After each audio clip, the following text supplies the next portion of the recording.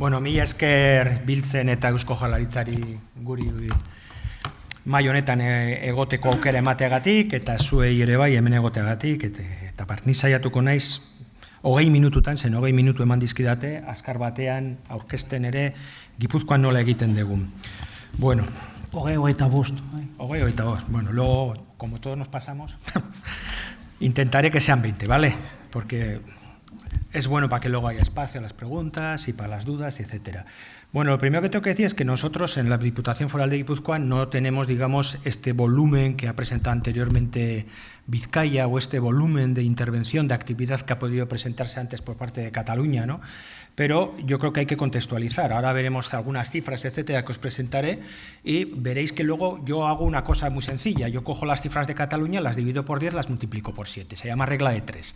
Guipúzcoa tiene 700.000 habitantes, Cataluña más o menos 7 millones. Entonces, dividamos todo entre 10 y entonces veréis que la cosa ya tiene diferencias. Bueno, nosotros somos el Servicio de Protección a la Infancia y a la Adolescencia. Es decir, aquí se ha hablado de la doble perspectiva que podemos hablar cuando hablamos de menores extranjeros no acompañados, de menor de edad y por lo tanto objeto de la protección, pero también extranjero, con lo cual eso todo lo que tiene de desarraigo, más regularización administrativa, etcétera. Es decir, todas las aristas que tiene el ser extranjeros. Bueno, nosotros tenemos una opción en Guipúzcoa claramente y es que los que entran al sistema de protección infantil, que son aquellos que Fiscalía dice que tienen que entrar, son menores, son niños, son niñas, adolescentes que tienen que tener la garantía del ejercicio de todos sus derechos, igual que cualquier otro guipuzcoano o guipuzcoana menor de edad que se encuentre en esa situación de vulnerabilidad o de desamparo. ¿De acuerdo? ¿Esto qué significa? Que nosotros somos protección a la infancia y esa reflexión nos la hemos hecho muchas veces, con todas las tensiones que Rafa ya ha dejado caer aquí, que implica para el sistema, con todos los momentos de crisis para el sistema y a veces todas las incomprensiones que nosotros mismos tenemos a la hora del abordaje de las intervenciones. Pero nunca hemos querido perder de vista esa perspectiva. Es decir, nunca hemos querido pensar que los menores extranjeros no acompañados no eran parte de nuestra intervención, que no tenían que ser objeto de nuestra intervención o que podíamos mirarlos con otras gafas. No, la misma gafa que para un chaval de Valtisqueta o el barrio de Larracho. ¿De acuerdo? ¿Esto qué significa? Significa, entre otras cosas, que nosotros en el pasado, me ha gustado antes cómo han hecho cuatro tiempos en la presencia de menas en el Estado en Cataluña, porque es que son las mismas que hemos tenido en Guipúzcoa, es decir, hay una primera aparición. Es verdad que después de Vizcaya, nosotros ya abrimos el primer centro para atención a menas en el año 99, pero era una cosa absolutamente residual. Luego hay un momento en que comienzan a aparecer con la misma categorización que ha puesto Violeta hasta las puntas del 2008, luego viene la crisis económica y por lo tanto desaparecen o luego vamos a ver cifras o van a otras cifras radicalmente diferentes y luego desde el 2016-2017 tenemos la avalancha, la misma avalancha que se ha visto en las gráficas de Violeta o que ha mencionado Rafa. Pero nosotros en su momento hicimos una evaluación de cómo hacíamos la intervención a los menas y le hicimos en 2007-2008, que salió una evaluación feísima, ¿para qué vamos a negarnos? Y la principal característica desde el punto de vista de la intervención, más allá de otras características de modelo, etc., era que no individualizábamos la atención a los menas. Aquí se dice, mena es una categoría y por lo tanto, no, efectivamente, todos los menores extranjeros no acompañados son niños, niñas y adolescentes con nombre y apellidos, con necesidades, con competencias, con itinerarios particulares y hay que responder a esos. No podemos tener recetas colectivas, no podemos tener generalidades que a veces en los momentos de avalancha pues puedes caer en ellos, pero principio rector del sistema de protección infantil, individualización, igual que para un guipuzcoanito, una guipuzcoanita, ¿de acuerdo? Pero al mismo tiempo universalización de los recursos. Esto quiere decir que cualquier menor extranjero no acompañado que llega a Guipúzcoa tiene el mismo derecho que un guipuzcoano o una guipuzcoana al acceso a cualquiera de los recursos. Luego hablaremos de redes específicas o no, porque una cosa es el criterio teórico y otra cosa es la realidad, la matemática, como ha dicho Rafa, para que se encuadren las cosas. Pero, en principio, cualquier mena, cualquier chaval extranjero no acompañado sin adulto de referencia en Guipúzcoa que tenga una determinada necesidad de intervención terapéutica o de un programa o de acudir a un determinado recurso, tiene el mismo derecho que cualquier otro chaval que tengamos en el sistema. Luego tiene particularidades eso, porque, por ejemplo, muchos chavales necesitarían acompañamiento terapéutico, pero eso significa que necesita psicólogos o psicólogas, por ejemplo, que tengan, primero, que él lo acepte, porque normalmente, en nuestro caso al menos, no lo aceptan, consideran que eso les va a estigmatizar ante el resto del colectivo, me van a llamar loco, pero cuando no tiene ningún sentido, ¿no? Una intervención terapéutica no tiene nada que ver con eso. Y por otro lado, que tengas un profesional, que tenga el chaval suficiente dominio del idioma para que la intervención terapéutica sea efectiva, porque se trabaja normalmente desde el lenguaje, desde el habla, desde lo relacional, y tercero, que tengas un terapeuta que esté dispuesto a aceptarlo, etc. Pero quiero decir que el principio es el de la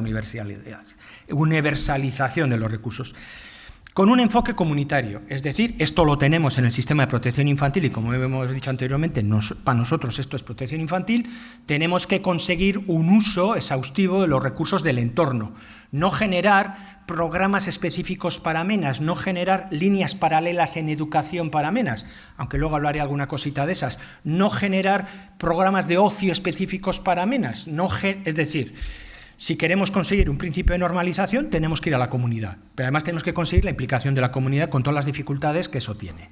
Y finalmente, esta es una pedrada que llevamos 2 añitos y que es el empleo. Luego hablaremos un poco de los tránsitos a la vida adulta, pero la clave para nosotros en este momento, la única clave, y digo la única, tiene que ser el acceso al empleo. Y estamos en esa pedrada, años luz todavía de conseguir cosas, pero estamos en esa pedrada como principio rector de una forma muy intensa en los últimos meses, año.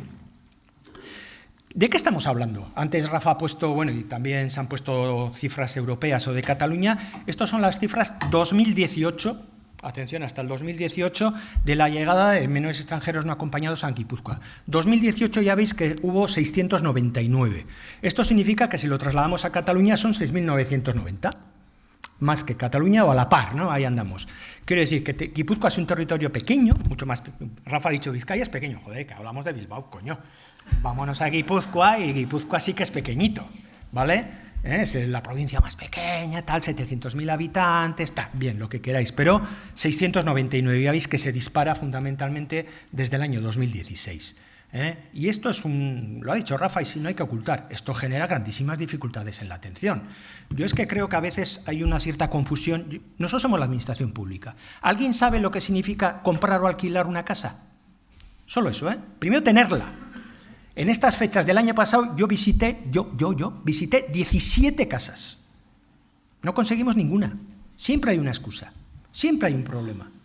Ayuntamiento, me da igual que sea de Bildu, que hemos tenido alguna experiencia divertidísima, no sé, PP no tenemos nosotros, da igual, siempre pasa algo.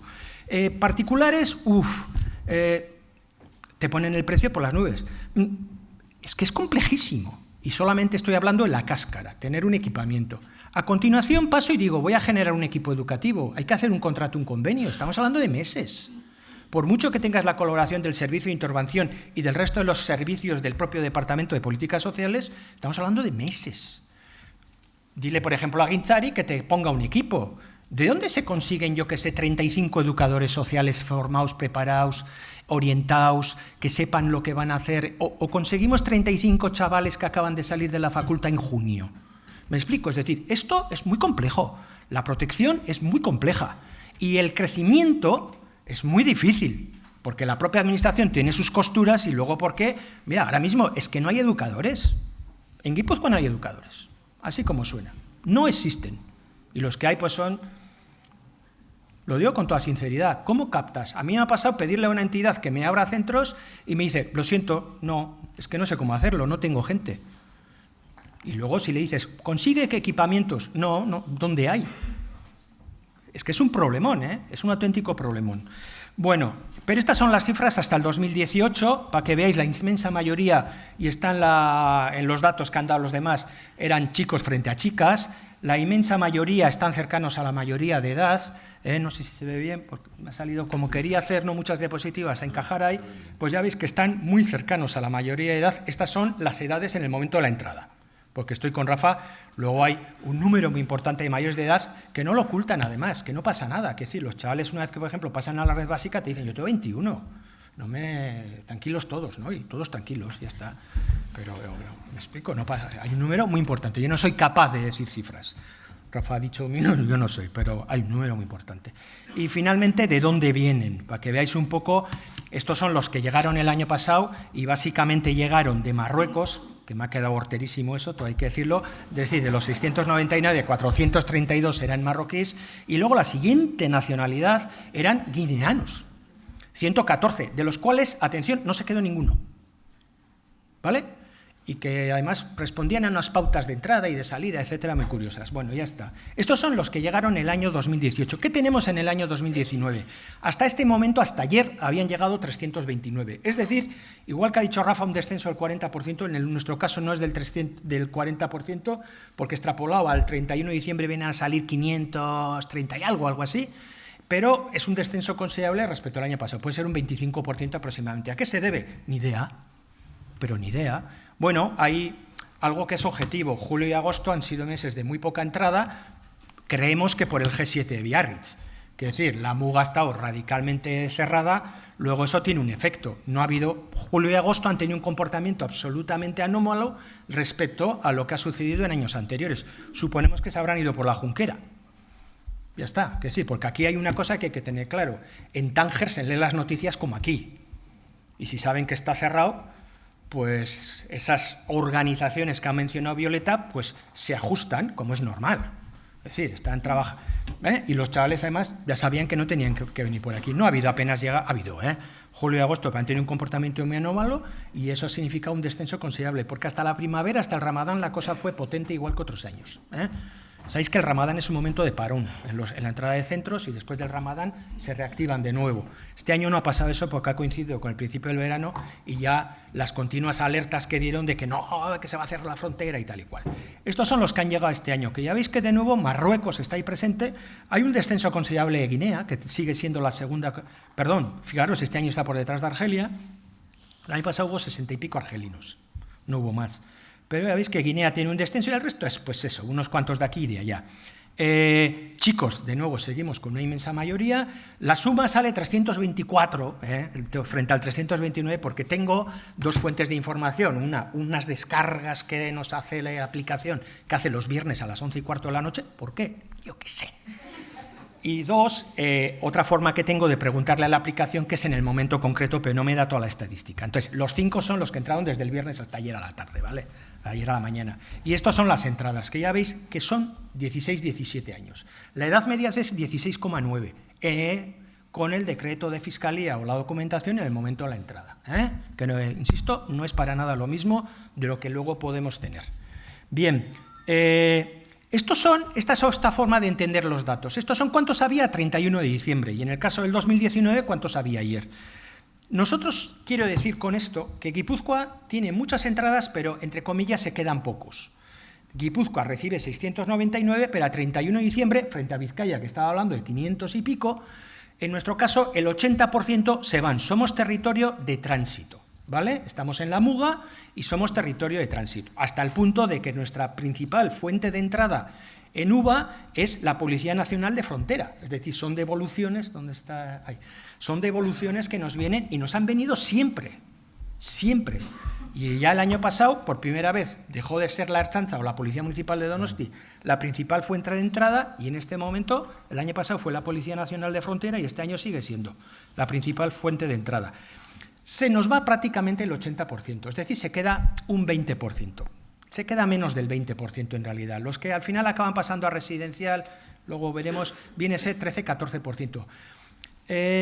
Estos son los que había el viernes pasado. Ya veis que solo había uno por debajo de 13 años, o mejor dicho, por debajo de 14. Y 17 por encima de, o sea, 17 de 68 años. 68 de 17 años. Vale. Los dos mayores de edad son chavales que acaban de cumplir la mayoría de edad en la red y están esperando pasar a un recurso de emancipación, ¿de acuerdo? O sea, es una cosa que siempre hay estructuralmente. Ya veis que estamos... Esto luego voy a recuperarlo por lo que significa los tránsitos a la vida adulta, por lo que significa la orientación al empleo, por lo que significa otra serie de variables. Esto, por ejemplo, tiene una variable muy importante que hay que recordarla. Los menores de 16 años en este país van a la escolarización obligatoria, van a instituto. Los mayores de 16 años, no. Esto ya, por ejemplo, en los itinerarios de los chavales, ese hecho es absolutamente diferencial y marca muchísimo. Y nos genera también muchas tensiones con el Departamento de Educación, porque le mandas a un chaval de 15 años y 9 meses y dentro de 4 meses tiene 17,9. Cabrón, me has mandado uno, he tenido que hacer ajustes y tal. Oye, esto es para todos. Esto es para todos, ¿de acuerdo? Bien, ¿de dónde son los que tenemos en este momento? Fijaros que antes era un mapa mundi, y ahora podía haberlo hecho porque está Pakistán ahí, está Angola, pero me he reducido, digamos, a la costa atlántica y el Golfo de Guinea. Son marroquíes, 115 de 126, son marroquíes, ¿vale? Hay una de Angola, que es una chica, hay uno de Pakistán y hay uno de Guinea, y 3 de Mali, son marroquíes, no hay, o sea, os dais cuenta, ¿no? 5 de Argelia. Lo nuestro es, se han diversificado las nacionalidades que nos llegan, pero es cierto que los que se nos quedan siguen siendo marroquíes. Chicos, mayoritariamente frente a chicas, ¿vale? No he apuntado aquí digamos, un poco su tipología. Los que se nos quedan, la inmensa mayoría, muchos de ellos tienen familia en el territorio. Y vienen al territorio y vienen con objetivos muy concretos. Es decir, y cuando hablo de familia, entiéndase lo que significa familia en el mundo marroquí, es decir, primos, tal, hermanos que han pasado por el sistema, algún tío, etc. Nosotros hemos hecho algún esfuerzo, todos estos están todos en acogimiento residencial. En el pasado hemos tenido 2, 3 en acogimiento familiar. Y han funcionado muy bien, pero es prácticamente imposible conseguir familias de acogida para los autóctonos que tengan más de 6 años, como para conseguir para un menor extranjero no acompañado de 16, ¿no?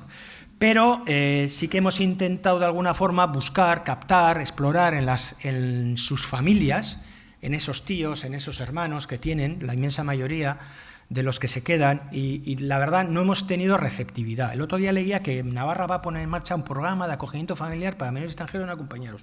Hay que tener la antena puesta y ver qué hacen.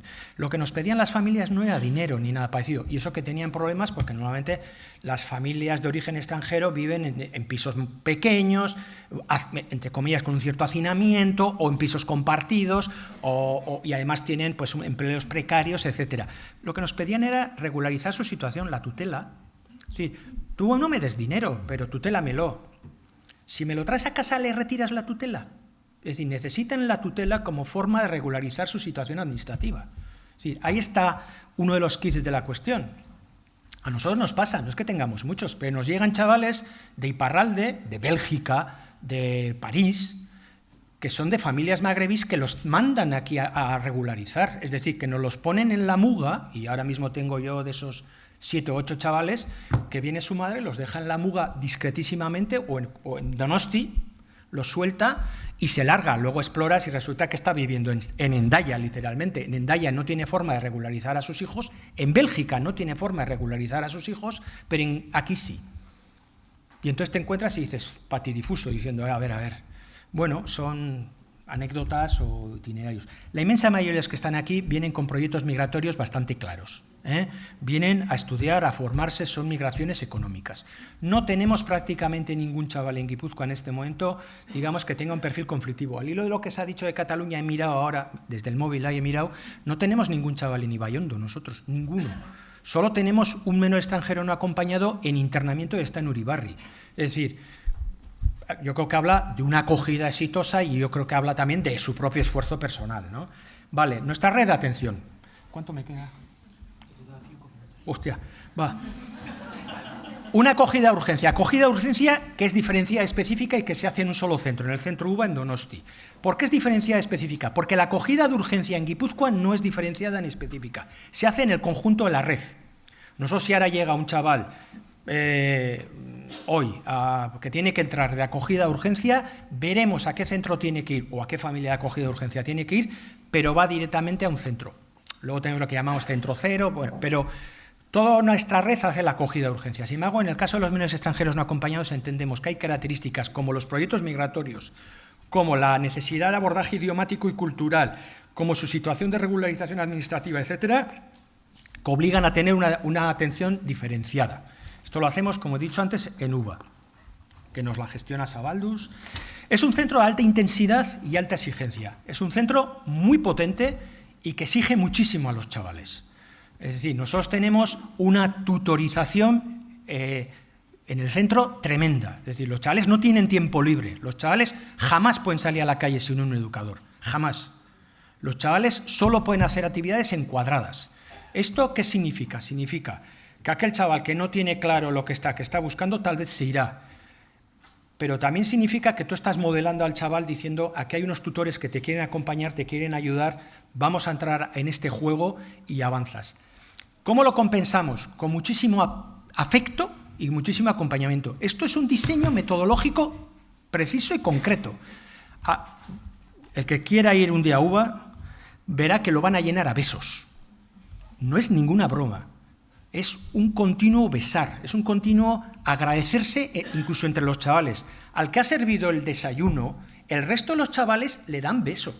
Estamos hablando de chavales que llegan del puerto de Ceuta, de Tánger, y de repente el resto le dan un abrazo y le dan un beso, y todos los educadores se lo agradecen. Eso es metodología, no es algo que ha salido, eso está diseñado desde el principio. Yo te exijo mucho, pero mira todo el afecto, todo el contexto cálido, todo el contexto acogedor en el que tú estás. Es riquísimo desde ese punto de vista. Pasamos al programa. Nosotros tenemos un centro de acogida y a continuación, siguiendo la clasificación de programas del decreto 131/2008, que regula los recursos de acogimiento residencial, pasamos al programa básico. En el programa básico nosotros tenemos en este momento 30 centros con 239 plazas. Como podéis ver, esto significa que son centros pequeños. El módulo básico es de 8. Tenemos alguno de 10, etc. Solo hay 2 centros para menas. El resto son mixtos en el sentido de que son menas, no menas, chicos, chicas, que esto es muy importante. Tenemos lo que le llamamos el criterio del 25%, es decir, en un centro de 8 el criterio del 25% es que habrá 2 plazas para menas. Ahí es donde la matemática, que decía Rafa, empieza a chirriar. ¿Por qué? Porque de repente pues tienes muchos varones cercanos a la mayoría de edad y entonces ¿cómo haces para que solo el 25%? Dices, ¿qué? ¿Tutelo guipuzcoanitos? Casi mejor tutelo guipuzcoanitas para poder equilibrar. ¿Me explico? Es decir, al final los números no encajan en un criterio técnico. Pero nosotros ahora en prácticamente todos los centros tenemos chavales, menas, que decir, y si hay plaza, tiene el mismo derecho, intentando que no pasen de 2 en un módulo de 8. Esto va con esa dimensión comunitaria, con esa dimensión normalizadora que hablaba en los principios anteriormente. Programas especializados, siguiendo los términos del decreto, son programas de atención a jóvenes con problemas de conducta y atención a intensiva a adolescentes con graves problemas de conducta, que el título se lo trae.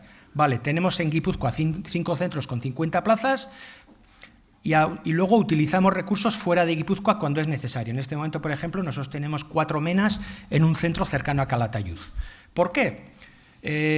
Pues porque para encajar, que no nos sale. Es decir, en graves problemas de conducta en este momento solo hay 6 menores extranjeros no acompañados. No hay más. Es decir, que de 50 más los que tenemos en Calatayud estamos hablando de 6, el 10%. Para entrar en estos centros se necesita autorización judicial. Es decir, tiene que haber un juzgado, que es el de plaza, el que toca, que autorice la entrada y hace seguimiento. Es decir, ¿por qué entra este chaval aquí? ¿Cuáles son sus problemas? Autoriza, hace visitas a los centros y a los chavales, hace seguimientos y tal. A nosotros esto nos da muchísimas garantías y nos protege mucho, digamos, en el tipo de trabajo que se puede hacer. ¿Por qué se necesita además autorización judicial? Porque en un momento tú puedes limitar algunos de los derechos fundamentales de estos chavales. Le puedes desnudar, le puedes cachear, le puedes limitar la escolarización. Tú no vas al cole porque en este momento a lo mejor tienes algunos consumos y mejor te quedas aquí controlado hasta que, digamos, superes esas dificultades y podamos seguir avanzando. Es decir, hay una limitación de derechos y pasa una autorización judicial. La presencia de menas, como acabo de decir, es moderada. No estamos con perfiles de menas conflictivos, para nada. Y finalmente los programas de emancipación. En este momento tenemos 6 centros con 40 plazas. Y explico, el decreto establece centros de emancipación y centros de emancipación y de preemancipación. Nosotros en lo que sería preemancipación tenemos en este momento 4 unidades de 8 plazas que tenemos, que son para varones, solo para varones, un poco por la tipología de lo que teníamos y luego por las configuraciones espaciales y compartir habitaciones, etcétera, solo para varones mayores de 16 años, lo cierto es que todos son mayores de 17 años, que tengan ya la documentación, es decir, que hayan sacado el pasaporte, etcétera, etcétera, y que estén con unos perfiles muy orientados hacia el empleo y hacia la formación. La clave de los centros de emancipación es la formación. Todos están en este momento en procesos de formación que hay que ir adaptando, que hay que ir haciendo esfuerzos de crear nuevas fórmulas. Estamos hablando de mayores de 16 años que no tienen escolarización obligatoria y que, por lo tanto, yo no sé en Vizcaya, pero en Guipúzcoa la oferta formativa es muy limitada. Entonces, ahí hay que hacer un esfuerzo muy importante para generar nuevos itinerarios. Y luego estamos con una cosa que empezamos el año pasado, que le llamamos Gasteiz Sarelan, que son pequeños pisos de máximo 4 chavales por piso, aunque lo ideal sería de 3 o de 2, donde están desde los 16, pueden estar desde los 16 hasta los 23. Donde la presencia educativa es muy ligera, hay equipo educativo las 24 horas del día, siempre hay educador de turno, pero no están en el piso, y donde puede haber chicos, chicas, autóctonos y menores extranjeros. En este momento solo hemos abierto, en colaboración con Agintzari, 2 pisos. La idea es llegar a tener hasta 40 plazas. En este momento solo tenemos 8 plazas ahí. Empezamos el año pasado, llevamos un año justito, y aquí hay problemas para encontrar pisos, para encontrar, bueno, Etxebide nos ha ofertado varios. Yo creo que en poco tiempo, en muy pocos meses, abriremos otros 5 o 6 pisos, ¿vale? Es que hay que decir, lo que se ha dicho antes de Cataluña los esfuerzos, nosotros en el año 2018 abrimos 8 centros, con lo que he dicho antes de la compra, el alquiler, la generación de equipos, ¿vale? Y esto, la emancipación, radicalmente orientada hacia el empleo, ¿vale? Y aquí viene el tema del tránsito a la vida adulta, que es uno de los grandes déficits que en este momento podemos tener nosotros y donde estamos haciendo un gran esfuerzo en colaboración con el servicio de inclusión, el otro servicio, digamos, que tiene algo que ver en esto, y estamos pensando, Gasteiz Sarelan, por ejemplo, es un proyecto compartido, y estamos haciendo una importante reflexión de cómo tenemos que hacer esos tránsitos, incluyendo a primaria en este discurso.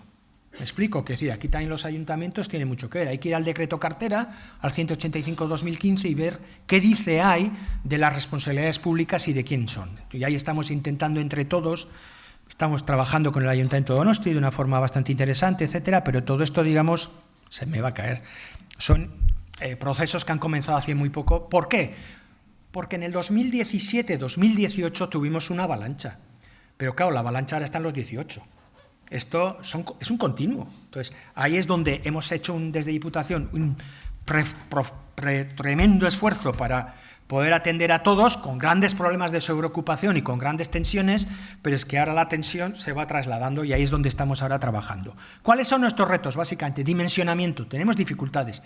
En la red de acogimiento residencial solo hay un centro que tiene problemas y tiene tensiones, solo uno, UBA. Nosotros en ningún otro centro de nuestra red, y tenemos 43 centros, hemos superado en ningún momento la capacidad. Nosotros respondemos de forma exquisita a los requerimientos del decreto de acogimiento residencial. Y puedo decir que es un decreto tremendamente exigente, muy exigente. Y creo que respondemos en un 99,99 a los requerimientos del decreto. Bye. El reto con las familias, que he dicho anteriormente, es un reto muy importante, porque la inmensa mayoría de los que se nos quedan tienen familia. Hay que incorporar en los procesos de intervención a sus familias. No hablo de acogimiento familiar, hablo de incorporarlos, ¿de acuerdo? Buscar espacios de colaboración ahí. El tránsito a la vida adulta, lo acabo de decir, el empleo, lo he insistido hasta la saciedad, y la generación de redes. Acabo de decir, hay que incorporar a primaria, hay que incorporar a educación, hay que incorporar a empleo, hay que incorporar. Esto es de todos, esto es de protección a la infancia, pero todos tenemos que responder si son niños y niñas en desprotección, todos. Es decir, educación también, tiene que responder todo el mundo aquí, tiene que responder salud, tiene que responder salud mental, etcétera, etcétera. Tiene que responder justicia juvenil cuando le toca. Esto es una tarea de todos, no es una tarea de Rafa, no es una tarea de Pachi, no es una me explico, es de todos. Y ahí está el reto, que a veces esto no sale tan sencillo. No sé si me he alargado, pero gracias y tal, y tal, y tal. Vale, gracias, Pachi.